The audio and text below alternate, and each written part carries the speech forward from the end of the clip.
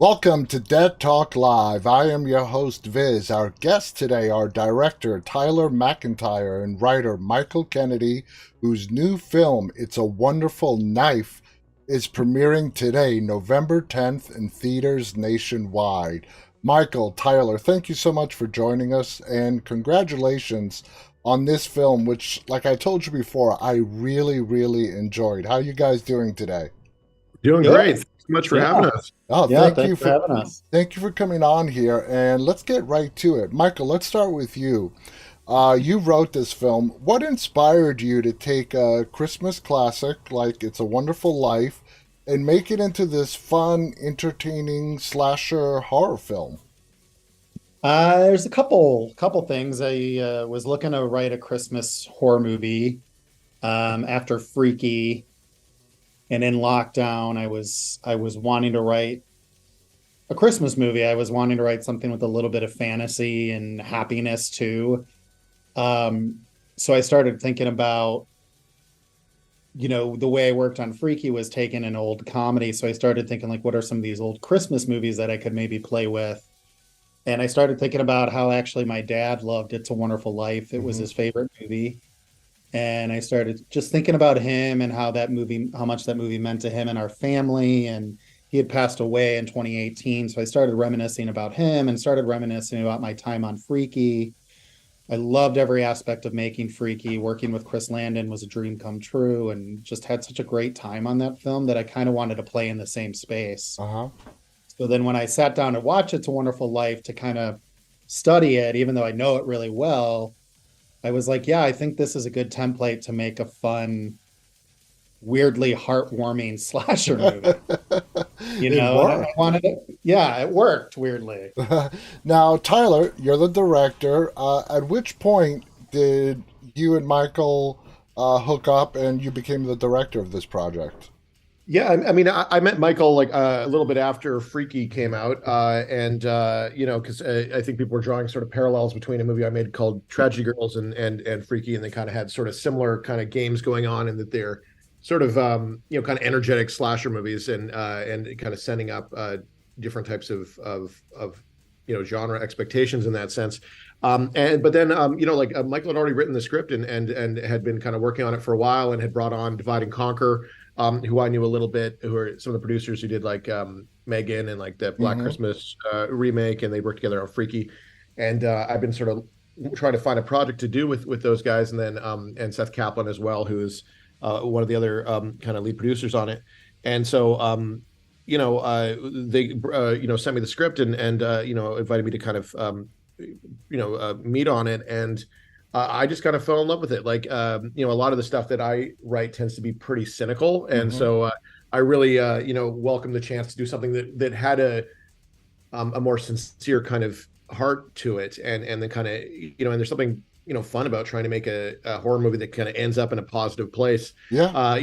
Not no spoilers, I guess, but the there's like an uplifting element to it that I thought was a kind of a fun challenge to do with a horror story, and it kind of would allow me to use certain tools that I already had, but then also kind of build in other ways, and so we started working together and started sharpening a lot of like the satire of it, and kind of building out the sequences and kind of collaborating on the type of performers we wanted, and then it led to a pretty fun kind of collaboration over a couple of years. Absolutely. Now, Michael, Tyler made an interesting point. I mean, I personally believe if you're going to make a holiday horror film, I think it should be exactly like It's a Wonderful Knife. It's fun. You don't want to be depressed and come out there like, oh my God, it's the end of the world. Now, compared to It's a Wonderful Life, there are a lot of parallels to It's a Wonderful Life to this film. What was one of the themes from It's a Wonderful Life that you wanted to grab with this film, build upon, and make it sort of the fun horror slasher movie type? Well, the biggest thing is, George Bailey doesn't see what his life is like or what the town of Bedford Falls is like without him until like the last 20 minutes of the movie. Mm-hmm. And that was the first thing I knew I wanted to do different, was really bring it essentially at the end of Act One, so that it could essentially lead you to the end of the movie Yeah. and play in that world a little bit. It's a Wonderful Life is mostly a life story that ends up in the place it ends up, and I didn't want it to be Winnie's life story. I wanted it to be really a moment in time of her life, of going from hero to really a tragic figure in a lot of ways. So I knew I wanted to make that the centerpiece of the story in a much bigger way. Uh-huh. And that also led me to some It's a Wonderful Life stuff, where we then got to upend like the slasher convention that kind of started with Scream, where like you have a kill in the first 10 minutes and you don't find out who the killer is until about 2 hours later. So we got to upend that by, we reveal the killer in the first 15 minutes of the movie, which is different. And the first 15 minutes almost plays like a mini slasher movie. So those were like the two biggest things I was really excited to like kind of tweak and toy with and make my own. And kudos to that, because that threw me off too. I'm a lifelong horror fan, and when I saw that, and I'm like, that came up even before the title of the film popped up. So, Yeah, so and, what's going on here? So yeah, it's fun because it kind of plays with your expectations a little bit. Then you don't kind of know where you're going to be going. And then I've also seen a lot of people who haven't seen the movie yet being like, they spoil who the killer is in the trailer. And I'm like, just wait till you watch the movie. Exactly. Like, you don't know. You haven't seen any of it yet. Now, Tyler, let's talk about the killer's costume. Great. Simple, but very creepy. The White Angel. Brilliant. Was it a collaboration between you and Michael? How did you guys settle on the killer's look? Yeah. There was some cues in the like the idea of having like an all white killer that is an angel, and kind of like bringing a little bit of that imagery kind of to it was in the script, and then kind of figuring out like, well, what does that mean? Like it was a bit of a took some doing, and so we worked to look at a lot of references and stuff like that, trying to figure out but we essentially settled on the idea that like he's kind of a little bit like an angel tree topper, like those sorts of things. And then figuring out like, because a lot of those have, especially the vintage ones, have these kind of porcelain faces that are featureless, and they're kind of eerie, like when they're kind of in the darkness, so we started kind of drilling down on that, and then started working with our production designer, Tiana and Matea, who was our costume designer, and to try and figure out like, well, how do we kind of do this? And it became pretty apparent that this, even though he's an angel, he shouldn't have wings, because they'd either be like sort of like a cape, incredible, like get caught on stuff. Yeah. And so we ended up, because of the type of stunts in the movie, he sort of should be lean and quick, and so we ended up trying a bunch of different materials, and kind of settling on this sort of shape that kind of has like a hooded figure shape that's like, reminiscent of something like Scream, or I know he did last summer, because like we don't want somebody who was like too big, and then we ended up being able to incorporate the wings into like the knife design. It has this very like ornate kind of dagger to it, and it has these kind of winged hilt, which is kind of made itself into a lot of the marketing. And then we were able to work with like the fabrication place in the props for making like the mask in a way that it still kind of had this shiny white surface, but like the hero version of that was like extremely difficult, if not impossible, to see through. Yeah. And so the stunt people often had to kind of like coordinate things in a way that that they could sort of learn the moves kind of blind, and then rehearse it, and knowing that their visibility would be reduced. And then we had certain moments where we would like add or erase the eyes digitally and things like that. But it was trying to kind of a lot of people had a lot of good ideas, and it was a bit of a group effort, but I'm glad we kind of landed into a place that I think a lot of the marketing's taking a cue from it, and people seem to be responding to it really well. Exactly. A featureless face. It's simple, but it's still very, very creepy. Like an emotionless face. A good example is the Michael Myers mask. It's devoid of all emotion, but yet it's very, very creepy. Now, Michael, at any point during the writing of this script, because this film does lean on It's a Wonderful Life, were you afraid of any negative pushback from touching a beloved American classic Christmas movie at all?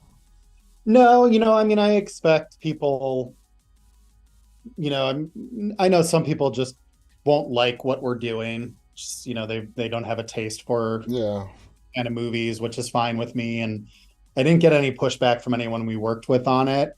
But yeah, I expect people to kind of either love it or hate it, quite frankly. I think Freaky's success was a little unexpected, quite frankly. Like Chris and I honestly didn't expect the reaction we got to that from Yeah. people. So yeah, I'm okay with any pushback. Mm-hmm. I actually like It's anyone fun. talking about. Yeah. Yeah. I Yeah, mean, I like people just talking about the movie, you know? exactly. I think it's Yeah. great. Now, Tyler, Jane Whittup, Jess McLeod are the two main leads. They had really good on-screen chemistry with each other. What stood out for you in their auditions that made you say, as a director, okay, this is Winnie and Bernie?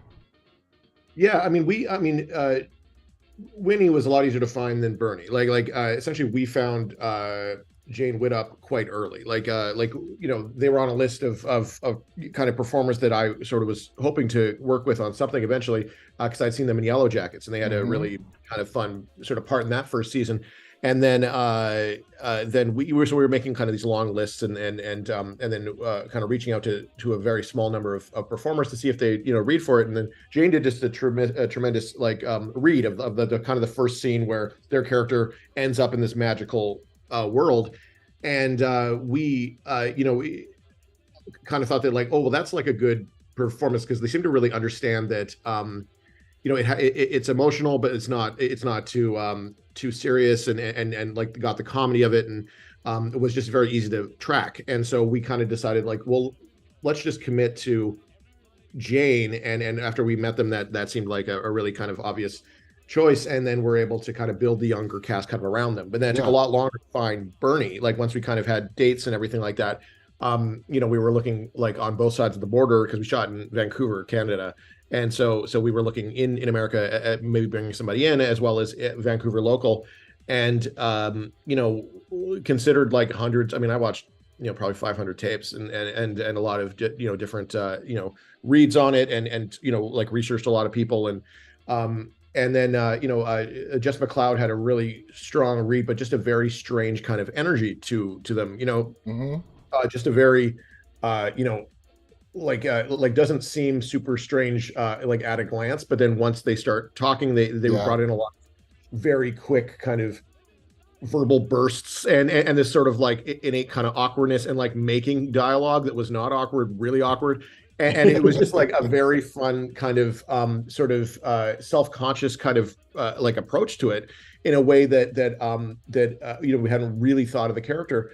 And then once I kind of met them, I was like, oh, like this energy is going to complement what Jane's bringing, because like Jane is so like straight, like and has this kind of certainty to them and stuff, and kind of a breeziness to them.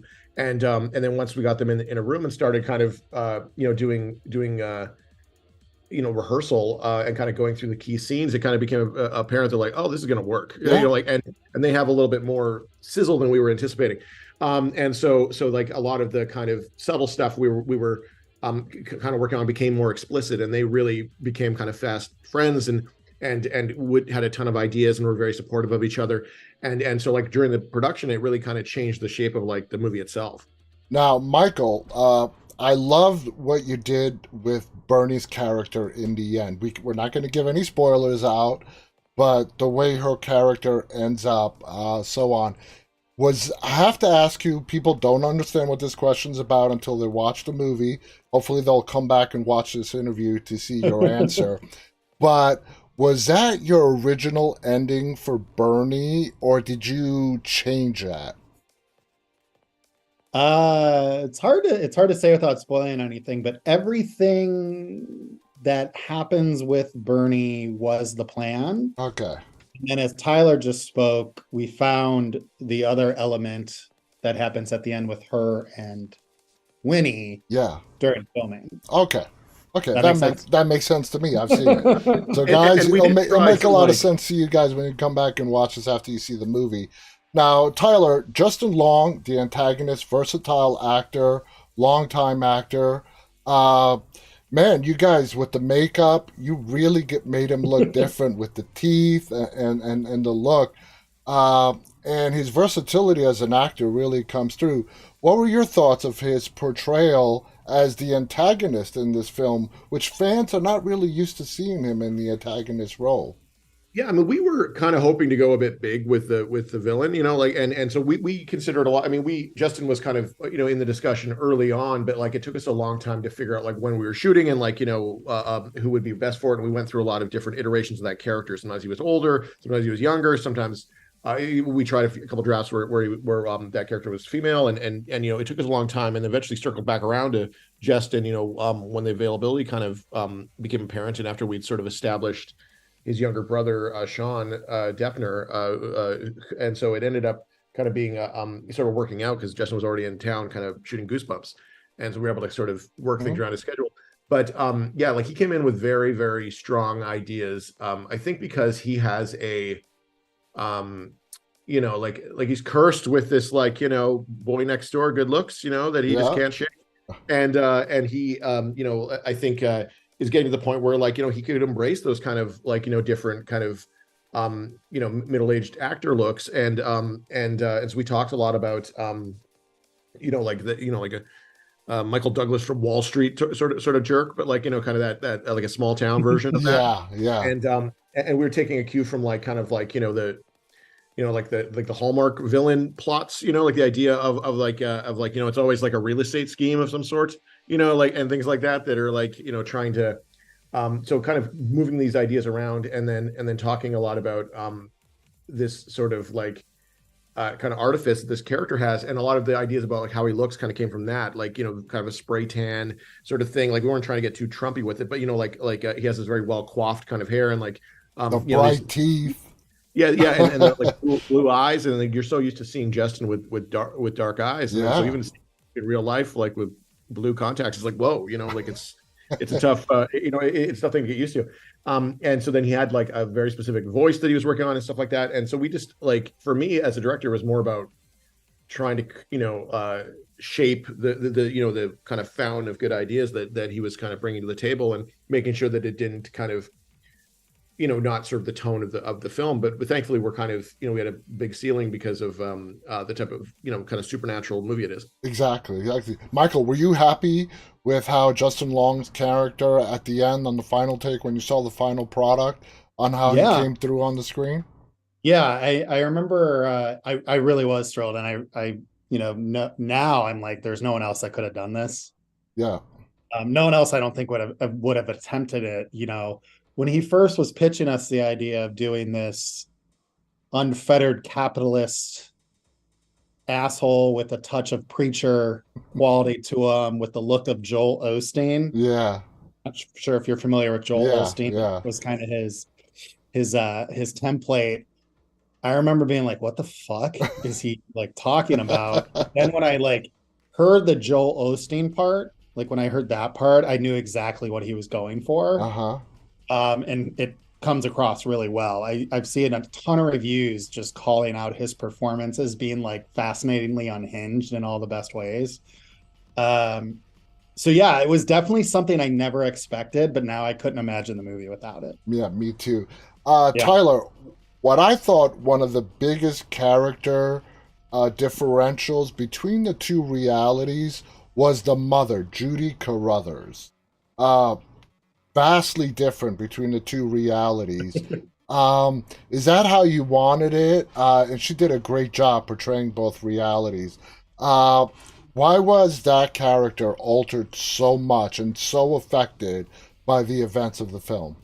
Yeah, no spoilers, but essentially they've gone through a loss, and so when they encounter their parents, when we encounter Winnie's parents in the alternate reality, they've both been through a fair amount of tragedy. The town itself has been through a lot of tragedy, and so we kind of have these discussions about how, where is every character in the kind of good world and the bad world. And that was a discussion I had with every actor, what elements are changing, and some people are a little bit, kind of the shadow versions of themselves. And then Bernie's in the center, where it's kind of the same in both places, and it is unchanged by this, but is, even kind of fighting the good fight. And just people are not are Winnie sees it in the one reality now that has perspective. But whereas Judy, like, definitely, like, Aaron Boyce came in with a lot of ideas of like, in this very dark place, like, just happened to catch her in the middle of a drunk stupor. Like, it's a very kind of fun space to be in, and I think kind of the opposite of what Aaron's often asked to do. And that was, a big thing that we were trying to do, is like, we're trying to use Joel McHale against type, and like Justin Long a bit against type, and trying to give those opportunities to actors who you make, maybe kind of fun to play other ways. And I think Aaron's a good example of somebody who like came in with a ton of ideas about how to do it, and what the light and dark versions of this look like. Yeah. And it like did a lot of the pre-work, and then it was just easy to kind of slot in and work with the ensemble we were building. I want to thank you guys so much. For our audience, the movie is called It's a Wonderful Knife. Now, it is a Shudder original, but it is premiering today, November 10th, in theaters nationwide. Yeah, it's in 1,000 screens. Yeah, it's nationwide. So Yeah. check your local listing. This is a fun slasher holiday film. You will definitely love this film. I want to thank our guest, director Tyler MacIntyre, writer Michael Kennedy, for coming on here and sharing just a little bit about their experience. Guys, I wish you the best of luck with the film. I want to thank our audience. Thank you so much for tuning in. On behalf of Michael, Tyler, and myself, stay safe and stay walking. Bye, everybody.